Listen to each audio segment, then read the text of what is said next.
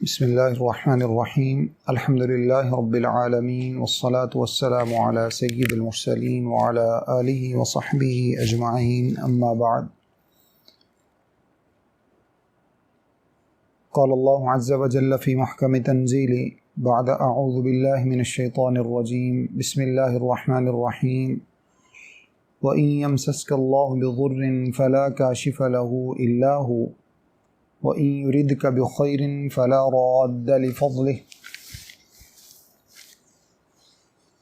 اللہ رب العزت ارشاد فرماتے ہیں، اور اگر کوئی شخص آپ کو ایک ذرے کے برابر کوئی نقصان پہنچانا چاہے تو اللہ کے سوا اس نقصان کو آپ سے کوئی دور نہیں کر سکتا۔ اگر اللہ آپ کو کوئی نقصان پہنچانا چاہیں تو اللہ کے سوا اس نقصان کو کوئی آپ تک پہنچنے سے روک نہیں سکتا۔ وَإِن يُرِدْكَ بِخَيْرٍ فَلَا رَادَّ لِفَضْلِهِ، اور اگر اللہ رب العزت آپ کو بلائی پہنچانے کا ارادہ فرما لیں، آپ کو کوئی خیر دینے کا ارادہ فرما لیں، آپ کے ساتھ اچھائی کا معاملہ فرما لیں، تو آپ تک اس اچھائی کو، اللہ کے اس فضل کو آپ تک پہنچنے سے کوئی روک نہیں سکتا۔ جس کا معنی یہ ہے کہ انسان کے تمام منافع اور اسی طرح سے انسان کے نقصانات، فوائد اور نقصانات جو انسان کو پہنچتے ہیں، بلائیاں جو انسان کو ملتی ہیں یا کوئی مصیبت اور پریشانی آتی ہے، یہ تمام کی تمام چیزیں اللہ رب العزت کی طرف سے انسان پر آتی ہیں۔ اللہ کے سوا کوئی بھی چیز انسان کو نقصان نہیں پہنچا سکتی، حتیٰ کہ صحیح حدیث میں بخاری اور مسلم کے اندر یہ روایت موجود ہے، رسول اللہ صلی اللہ علیہ وسلم ارشاد فرماتے ہیں کہ اللہ رب العزت نے یہ بات ارشاد فرمائی، تفصیلی روایت ہے جس کا ایک حصہ آپ کے سامنے رکھتا ہوں۔ ارشاد فرمایا کہ اللہ رب العزت فرماتے ہیں، اے میرے بندو،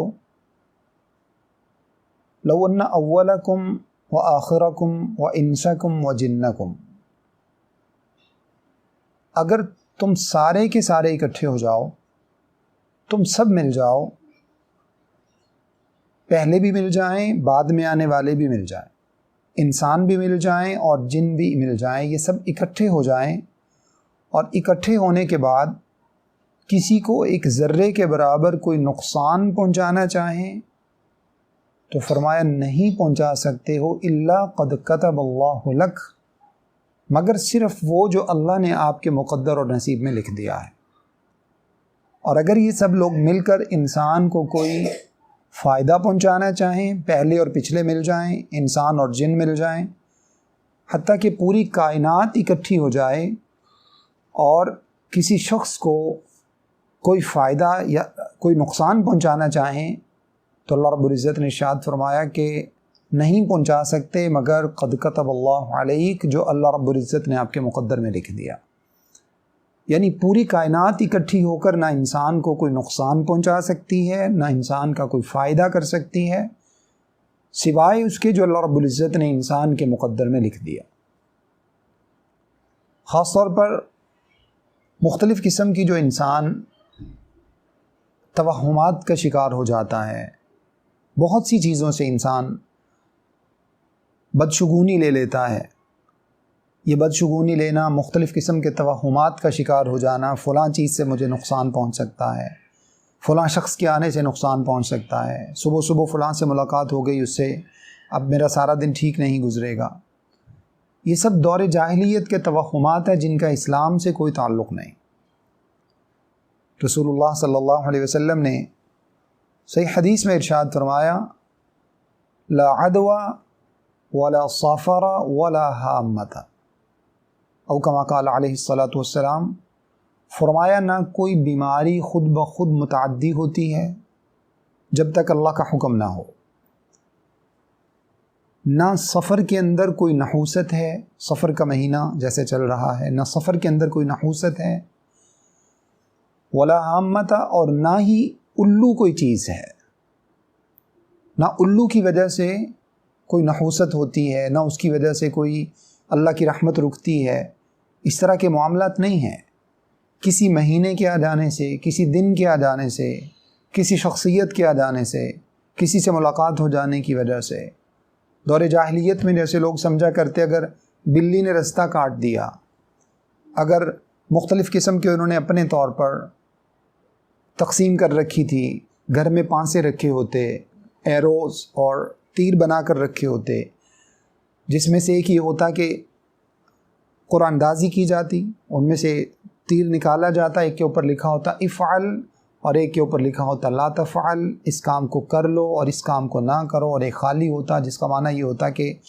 یا تو دوبارہ قرآن اندازی کر لیتے یا پھر اپنی مرضی کر لیتے۔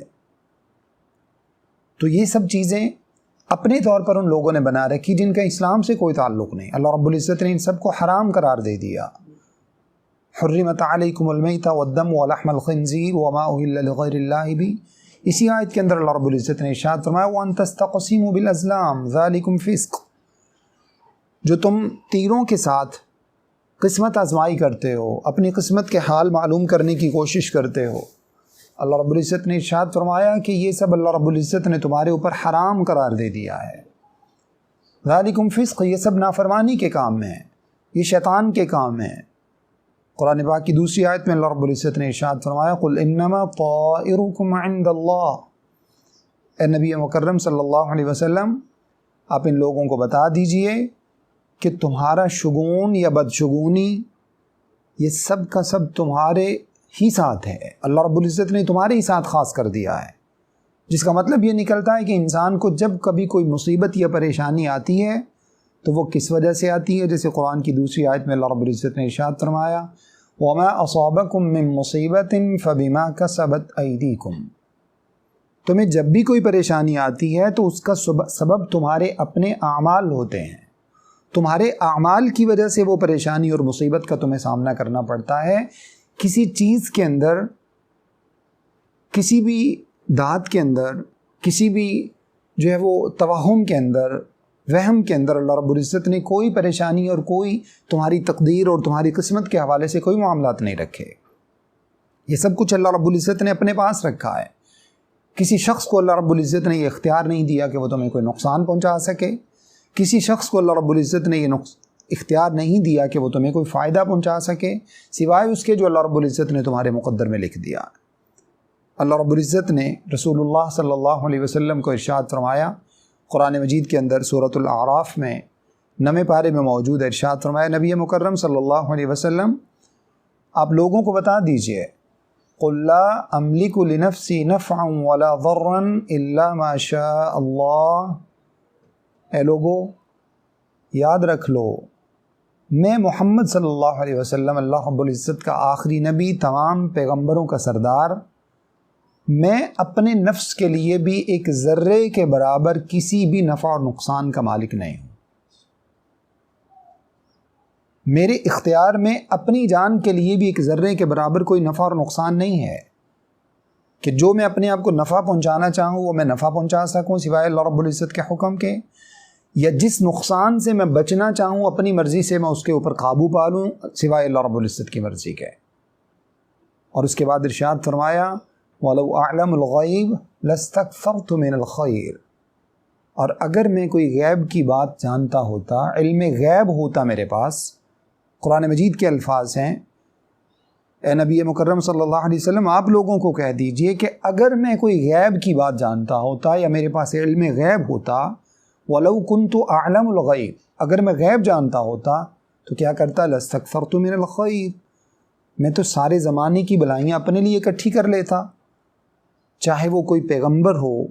چاہے کوئی نبی ہو، کوئی ولی ہو، کوئی اللہ رب العزت کا نیک بندہ ہو، یا کوئی بھی شخص ہو، اگر اس کے پاس غیب کا علم موجود ہو، وہ مستقبل کی باتیں جانتا ہو، کل کیا ہونے والے ان چیزوں کو وہ جانتا ہو، تو کیا وہ اپنے لیے ساری بلائیاں اکٹھی کرنے کی کوشش نہیں کرے گا؟ اور اس کے بعد فرمایا وَمَا مَسَّنِيَ السُّوءُ، ایک تو میں ساری بلائیاں اپنے لیے اکٹھی کر لیتا، اور اسی طرح سے بتاؤ کیا مجھے کوئی تکلیف پہنچ پاتی؟ اگر مجھے علم غیب ہوتا میرے پاس، غیب کی بات میں جانتا ہوتا، تو کیا مجھے کوئی تکلیف پہنچ پاتی؟ مختلف مقامات پر رسول اللہ صلی اللہ علیہ وسلم کو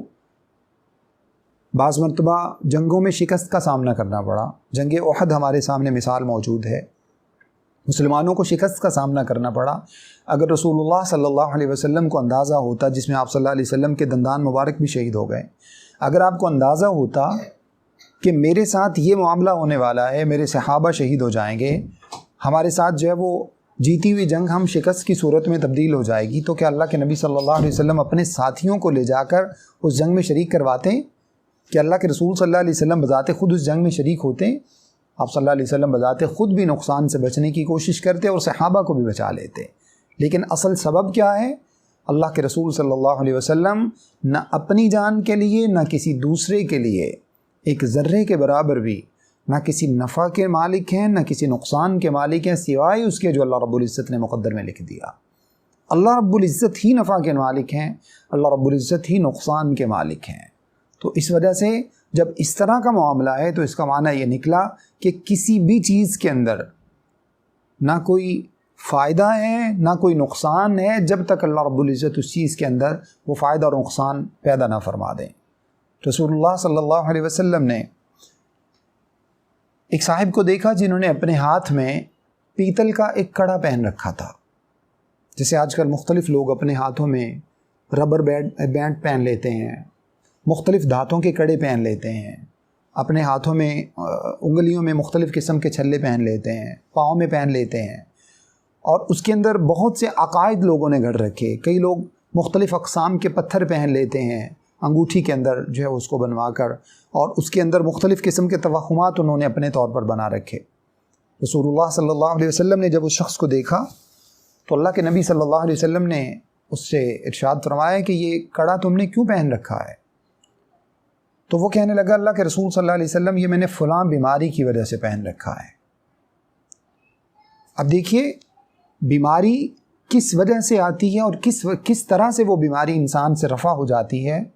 اللہ رب العزت کی طرف سے ایک آزمائش بن کر آتی ہے، اور اس کے لیے اللہ رب العزت نے مختلف قسم کے علاج معالجہ کا ایک سلسلہ رکھا ہے. اس کے ذریعے یا پھر جو رسول اللہ صلی اللہ علیہ وسلم نے دعائیں سکھلائی ہیں ان دعاؤں کے ذریعے سے اللہ رب العزت کے اوپر یقین کر کے اس بیماری کو ختم کیا جاتا ہے. اور جب کوئی انسان یہ سمجھ لے کہ فلاں دھات کے اندر، فلاں دھاگے کے اندر اگر اس کو گھر پہ لٹکا دیا جائے، فلاں پرچہ اگر گھر پہ لٹکا دیا جائے، فلاں چیز کا دانت اگر گھر پہ رکھ لیا جائے، فلاں چیز کی ہڈی گھر پہ رکھ لی جائے، ان چیزوں سے بیماری رفع ہو جاتی ہے، تو اللہ کے نبی صلی اللہ علیہ وسلم کا یہ فرمان اس کو سامنے رکھنا چاہیے.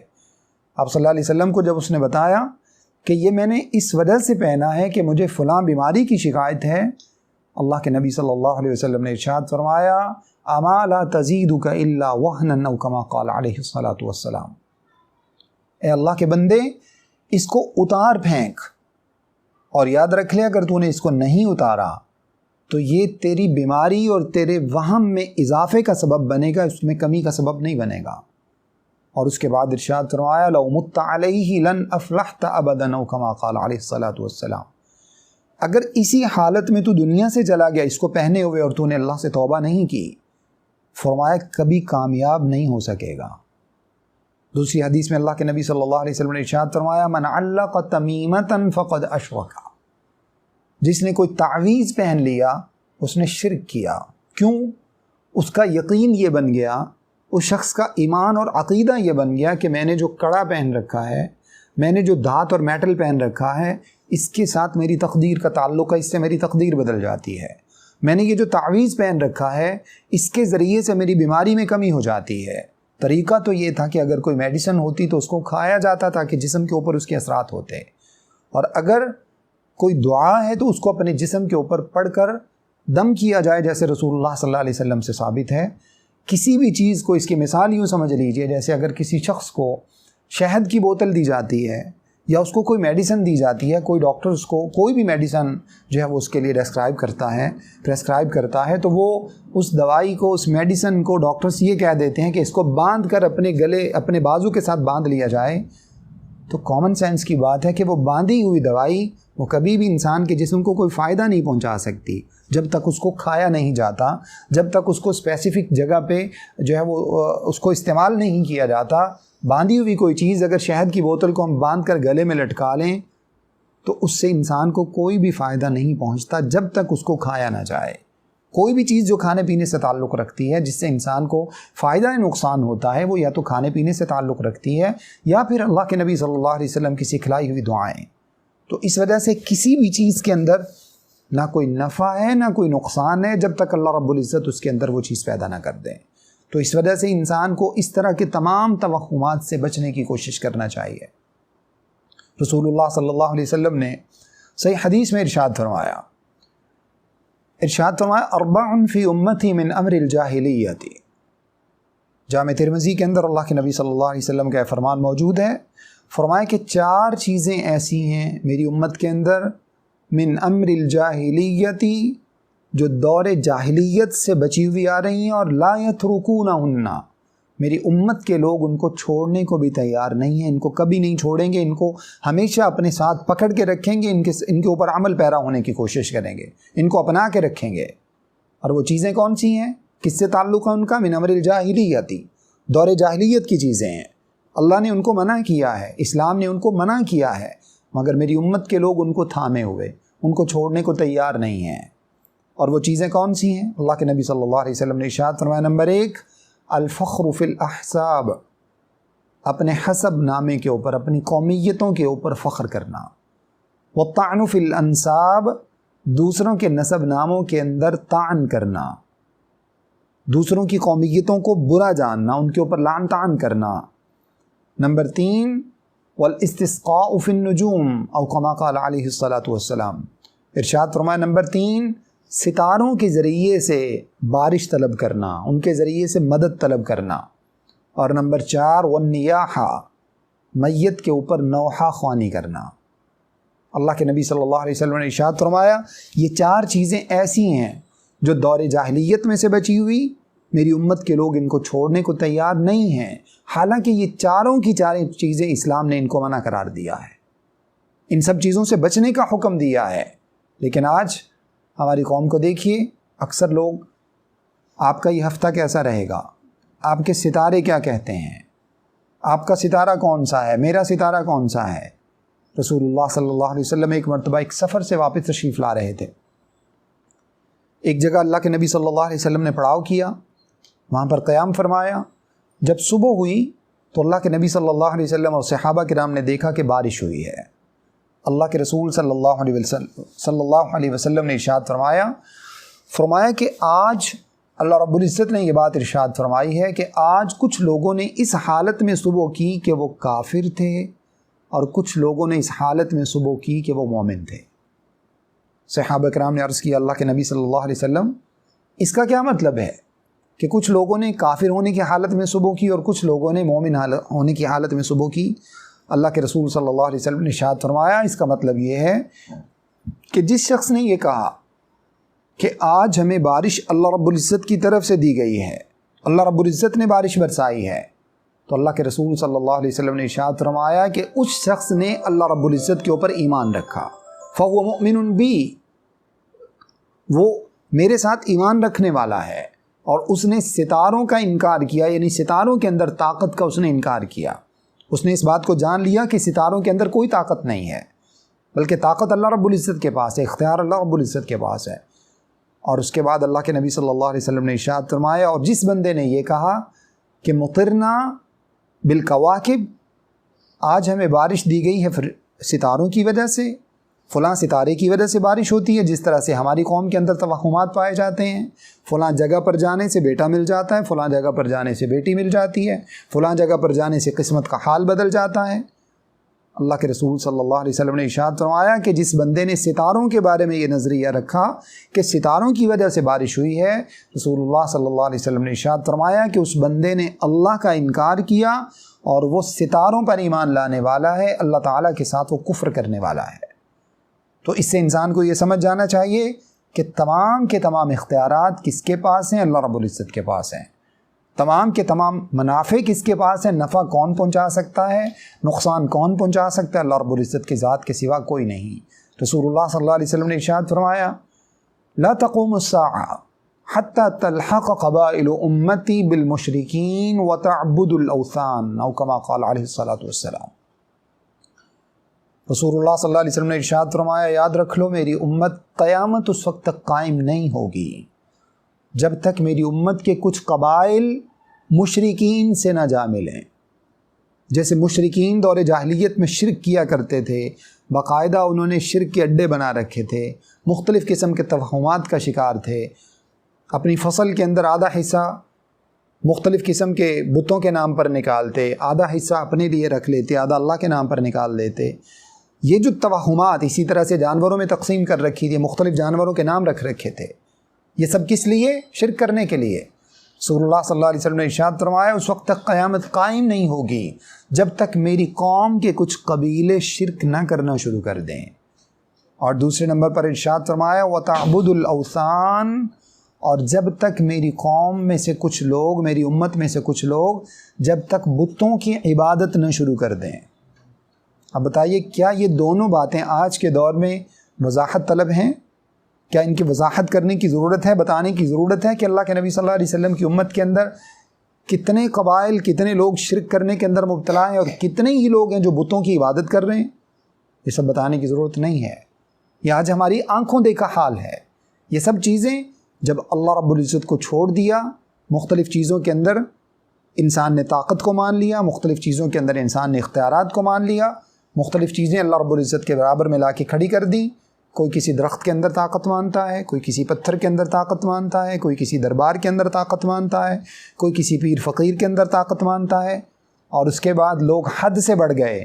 جس طرح سے مشرکین کیا کرتے تھے، جیسے دور جاہلیت میں لوگ کیا کرتے تھے. اب لوگ باقاعدہ آپ دیکھ لیجئے کسی بھی جگہ پر بے شمار جگہیں آپ کو نظر آئیں گی جہاں پر سکھوں اور مسلمانوں میں کوئی فرق نہیں ہے. ایک ہی جگہ پر ایک ہی قبر پر جا کر وہیں سکھ عبادت کرتے ہیں، وہیں مسلمان عبادت کرتے ہیں. اور بیسیوں جگہیں آپ کو ایسی نظر آئیں گی جہاں پر ہندو بھی جن درباروں پر جاتے ہیں وہاں پر مسلمان بھی جاتے ہیں. یہ میری بات نہیں ہے، یہ رسول اللہ صلی اللہ علیہ وسلم کا ارشاد ہے جو میں نے آپ کے سامنے رکھا. نبی مکرم صلی اللہ علیہ وسلم ارشاد فرماتے ہیں لوگوں یاد رکھ لو الطیرۃ شرک، الطیرۃ شرک، الطیرۃ شرک. بدفعلی لینا، کسی چیز کے اندر کوئی طاقت مانتے ہوئے یہ سمجھ لینا، برا شگون لینا، فرمایا یہ شرک ہے، یہ شرک ہے، یہ شرک ہے، اس سے بچ جاؤ. اور دوسری حدیث میں اللہ کے نبی صلی اللہ علیہ وسلم نے ارشاد فرمایا من ردته الطیرۃ من حاجت فقد اشرک. جس شخص کو بدشگونی کا مطلب یہ کہ اپنے طور پر جو توہمات لوگوں نے بنا رکھے ہیں، ان توہمات نے کسی حاجت کو پورا کرنے سے روک دیا. وہ کوئی کام کرنا چاہتا ہے لیکن وہ کام اس وجہ سے نہیں کرتا کہ اس کے اندر اس نے کوئی برا شگون لے لیا ہے، تو اللہ کے رسول صلی اللہ علیہ وسلم نے ارشاد فرمایا فقد اشرکا، اس شخص نے شرک کیا. جس کو بدشگونی نے کسی عمل سے روک دیا، وہ کوئی کام کرنا چاہتا ہے لیکن اس وجہ سے رک گیا کہ شاید اس کے اندر فلاں دن یہ کام کرنا مناسب نہیں ہے، فلاں مہینے کے اندر، جیسے مثال کے طور پر آج کے مہینے میں، سفر کے مہینے میں لوگ شادیاں نہیں کرتے، عمرہ کا سفر نہیں کرتے، کوئی جو نیک نیتی سے لوگ سفر کرنا چاہتے ہیں وہ سفر کی ابتدا سفر کے مہینے میں نہیں کرتے. اسی طرح سے مختلف اچھائی کے کام جو لوگ سفر میں کرنا چاہتے ہیں وہ نہیں کرتے، وہ نہیں کر پاتے. اور سبب کیا ہے؟ وہی بدشگونی. اس مہینے میں فلاں کام اگر اسٹارٹ کیا جائے گا، کاروبار اسٹارٹ کیا جائے گا، بزنس شروع کیا جائے گا تو وہ نقصان والا ہو جائے گا. محرم کی 9 اور 10 کو اگر مشین چلائی جائے گی تو الٹا چل جائے گی. اگر اس دن جو ہے نا وہ کوئی کام، کسی کام کی ابتدا کی جائے گی، سوگ نہیں منایا جائے گا تو اس دن جو ہے نا وہ انسان کا نقصان ہو جائے گا. یہ سب بدشگونی ہے. کسی دن کے اندر اللہ رب العزت نے کوئی نحوست نہیں رکھی. رسول اللہ صلی اللہ علیہ وسلم نے صحیح حدیث میں ارشاد فرمایا ان کان شؤم، اگر نحوست ہوتی تو فرمایا ففی الدار والفرس والمرأة او کما قال علیہ الصلاۃ والسلام. فرمایا اگر نحوست ہوتی تو یا تو انسان کے گھر میں ہوتی، یا گھوڑے میں ہوتی، یا عورت میں ہوتی، لیکن ان تینوں چیزوں میں بھی نحوست کا کوئی تعلق نہیں ہے. انسان کے تمام نقصانات جو انسان کی قسمت میں لکھے ہیں اللہ رب العزت کے ہاتھ میں ہیں. اللہ چاہتے ہیں تو انسان کو نقصان پہنچتا ہے، اللہ رب العزت چاہتے ہیں تو انسان کو نفع پہنچتا ہے. اللہ رب العزت کے سوا کسی چیز کے اندر کوئی نفع اور نقصان نہیں ہے. تو اس لیے اگر انسان کو بدشگونی کی وجہ سے انسان اگر کسی کام سے رک جاتا ہے، رسول اللہ صلی اللہ علیہ وسلم نے ارشاد فرمایا کہ یہ شخص شرک کا ارتکاب کرتا ہے. یہ شرک ہے، اس وجہ سے اس سے انسان کو بچنا از حد ضروری ہے۔ اور آپ جانتے ہیں شرک کے بارے میں اللہ رب العزت نے قرآن مجید میں کئی جگہوں پر یہ بات ارشاد فرمائی۔ 2 جگہ سورہ نساء کے اندر یہ بات ارشاد فرمائی، ان اللہ لا یغفر ان یشرک بہ ویغفر ما دون ذلک لمن یشاء۔ یاد رکھیے اللہ رب العزت شرک کو کسی صورت میں معاف نہیں فرماتے، اور شرک کے علاوہ انسان کے جتنے بھی گناہ ہوں گے مسلمان ہو جانے کے بعد،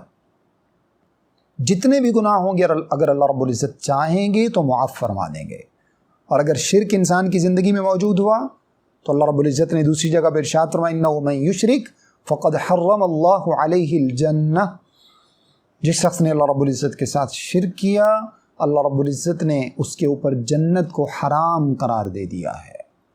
شرک انسان کو کسی صورت میں معاف نہیں ہوگا۔ سب سے کبیرہ گناہ، اللہ کے نبی صلی اللہ علیہ وسلم نے کئی مواقع پر کبیرہ گناہوں کی لسٹ بیان فرمائی، جن میں سے سب سے پہلے جس گناہ کا تذکرہ اللہ کے رسول صلی اللہ علیہ وسلم نے فرمایا الاشراک باللہ، اللہ کے ساتھ کسی دوسرے کو شریک ٹھہرانا۔ اللہ رب العزت کی جو طاقت ہے، جو اختیارات ہیں، وہ کسی دوسرے کے اندر ماننا، اللہ کے جو تصرفات ہیں وہ کسی دوسرے کے اندر سمجھنا، اللہ کی جو عبادت کی جاتی ہے، اس کے نام کی جو نظر اور نیاز دی جاتی ہے، وہ سب دوسروں کی جا کر عبادت کو بجا لانا، ان کے گھر کو مقدس جاننا، ان کے گھر کا جا کر طواف کرنا، وہاں کے لیے سفر کرنا، یا اللہ کے نام کے علاوہ کوئی چیز تقسیم کرنا، اللہ کے نام کے علاوہ کسی کے نام کی نظر و نیاز ماننا، یہ سب چیزیں شرک ہیں۔ یا اللہ کی طرح جیسے اللہ کے ناموں سے نام رکھے جاتے ہیں، اسی طرح سے دوسروں کے نام سے نام رکھے جانا، یہ سب چیزیں شرک ہیں۔ اگر ان میں سے کوئی چیز کسی انسان کے اندر موجود ہے، کسی مسلمان کے اندر، اور وہ شرک سے توبہ کیے بغیر دنیا سے چلا جاتا ہے، تو اللہ رب العزت نے اس کے اوپر جنت کو حرام قرار دے دیا ہے۔ اسلام ایک مکمل ضابطۂ حیات ہے۔ اسلام نے ہر چیز کے اندر، ہر پہلو کے اندر مسلمانوں کی رہنمائی فرمائی ہے۔ رسول اللہ صلی اللہ علیہ وسلم تو ٹوائلٹ جانے کے طریقے اللہ کے نبی صلی اللہ علیہ وسلم نے بیان فرمائے۔ پہلے الٹا پاؤں اندر رکھا جائے، پھر سیدھا پاؤں رکھا جائے۔ ٹوائلٹ جانے سے پہلے دعا پڑھی جائے جو اللہ کے نبی صلی اللہ علیہ وسلم نے بیان فرمائی، تاکہ انسان ناپاک جنوں اور شیطانوں سے محفوظ رہ سکے۔ ٹوائلٹ سے باہر آنے کا طریقہ بتایا، پہلے سیدھا پاؤں باہر رکھا جائے، پھر الٹا پاؤں باہر رکھا جائے، اور اس وقت دعا پڑھی جائے غفرانک۔ یہ سب دعائیں رسول اللہ صلی اللہ علیہ وسلم نے سکھائیں۔ اب اسی طرح سے جو مختلف قسم کے توہمات انسانوں کے اندر موجود ہوتے ہیں، جس میں انسان مختلف قسم کے جو ہے وہ غلط عقائد کا شکار ہو جاتا ہے، غلط وہموں کا شکار ہو جاتا ہے، اور اگر انسان اچھائی کی طرف آنا چاہتا ہے تو اس کا طریقہ رسول اللہ صلی اللہ علیہ وسلم نے بیان فرمایا۔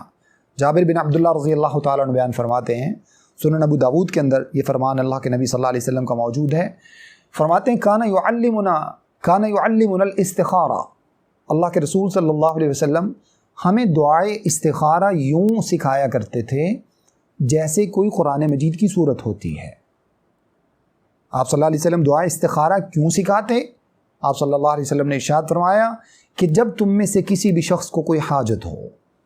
اس نے کوئی بزنس اسٹارٹ کرنا ہو، کسی جگہ رشتہ کرنا ہو، کوئی سفر شروع کرنا ہے، کوئی بھی کام اس نے شروع کرنا ہے، کوئی گھر خریدنا ہے، کوئی گھر بیچنا ہے، کسی گھر میں اس نے شفٹ ہونا ہے، یہ سب چیزیں کسی دوسرے کنٹری یا کسی دوسرے سٹی میں اس کو ٹرانسفر ہونا ہے، جو بھی معاملات کسی شخص کو کسی بھی طرح کی کوئی حاجت ہو، تو اللہ کے نبی صلی اللہ علیہ وسلم نے کیا ارشاد فرمایا؟ ارشاد فرمایا وہ 2 رکعت نماز ادا کرے۔ قرآن مجید میں اللہ رب العزت نے کیا بات ارشاد فرمائی جس کی طرف آج میری اور آپ کی توجہ نہیں ہے؟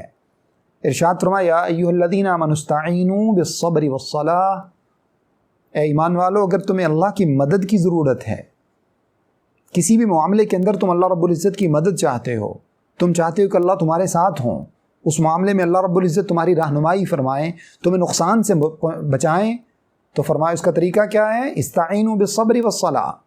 سب سے پہلے صبر کا دامن تھام لو، اور اس کے بعد نماز کو قائم کرو، نماز پڑھو، نماز کے ذریعے اللہ رب العزت سے مدد طلب کیا کرو۔ صحابہ عرض کرتے ہیں، ارشاد فرماتے ہیں کہ اللہ کے نبی صلی اللہ علیہ وسلم کو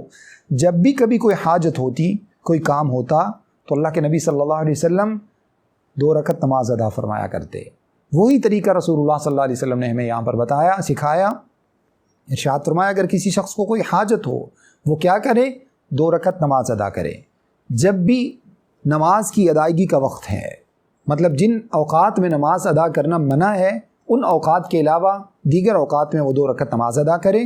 اور 2 رکعت نماز ادا کرنے کے بعد اللہ رب العزت کے سامنے دعا مانگے، دعا کے لیے ہاتھ اٹھائے، اللہم انی استخیرک بعلمک واستقدرک بقدرتک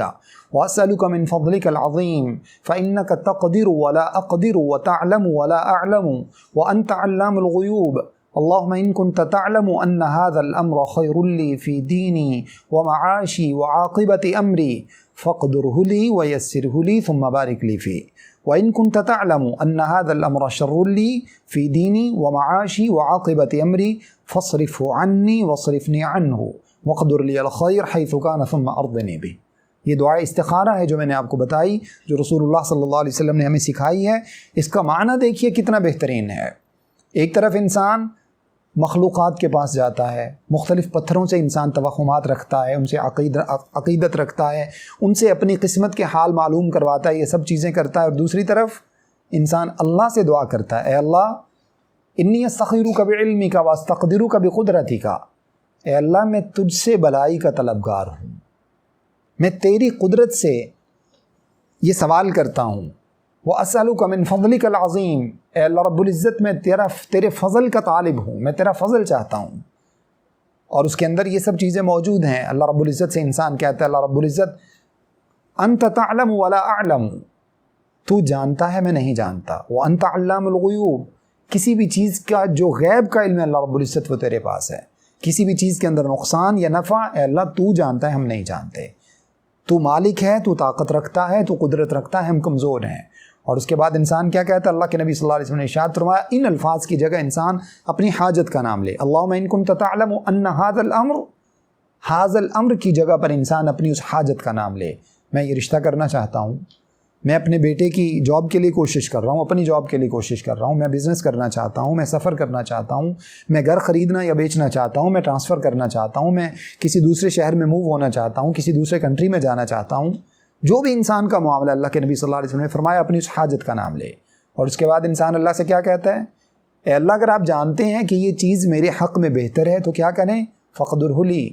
اس کو میرے مقدر میں کر دیں، ویسرہ لی، اس کو میرے لیے آسان کر دیں، ثم بارک لی فی، پھر اس کے اندر میرے لیے برکت ڈال دیں، وَإِن كُنْتَ تَعْلَمُ، اور اے اللہ اگر آپ سمجھتے ہیں، آپ یہ جانتے ہیں، کیونکہ آپ غیب کو بھی جانتے ہیں، آپ چیزوں کا نفع نقصان بھی جانتے ہیں، آپ یہ سمجھتے ہیں کہ یہ رشتہ میرے حق میں بہتر نہیں ہے، یہ کام میرے حق میں بہتر نہیں ہے، یہ دکان میں خریدنا چاہتا ہوں وہ میرے حق میں بہتر نہیں ہے، فلاں مشین کا سودا کرنا چاہتا ہوں وہ میرے حق میں بہتر نہیں ہے، فلاں پلاٹ کا سودا کرنا چاہتا ہوں وہ میرے حق میں بہتر نہیں ہے، فلاں جگہ پر میں بزنس کرنا چاہتا ہوں وہ میرے حق میں بہتر نہیں ہے، فلاں کام شروع کرنا چاہتا ہوں وہ میرے حق میں بہتر نہیں ہے۔ الغرض جو بھی انسان کی حاجت ہے وہ انسان اللہ تعالیٰ سے کہتا ہے، اللہ اگر آپ سمجھتے ہیں کہ یہ میرے حق میں بہتر نہیں ہے تو پھر کیا کریں؟ فاصرف عنی واصرفنی عنہ، اے اللہ اس کو مجھ سے دور کر دیں، مجھے اس سے دور کر دیں، واقدر لی الخیر، اور اے اللہ واقدر لی الخیر حیث کان،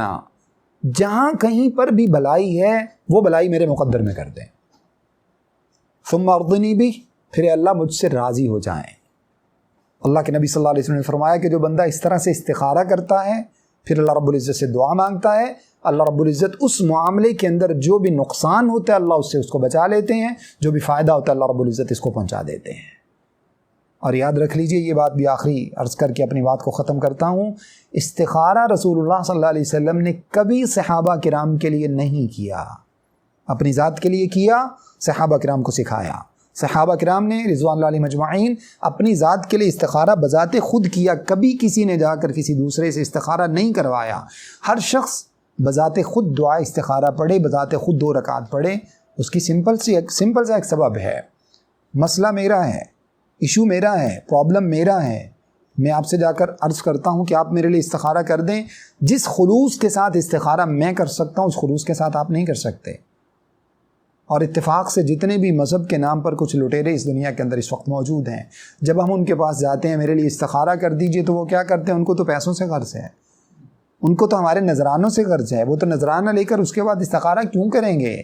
وہ بغیر استخارہ کیے ہی آپ کو تیسرے دن کہہ دیتے ہیں جناب اس کے اندر آپ کا استخارہ ٹھیک آ گیا، آپ کا استخارہ ٹھیک نہیں آیا، آپ یہ کام کر لیجئے، آپ یہ کام نہیں کیجئے۔ ہم ان کی مرضی پر منحصر ہو جاتے ہیں، ان کی مرضی کے اوپر ہم ڈیپینڈنٹ ہو جاتے ہیں، جبکہ اللہ رب العزت اور اس کے رسول صلی اللہ علیہ وسلم نے جو طریقہ ہمیں سکھایا ہے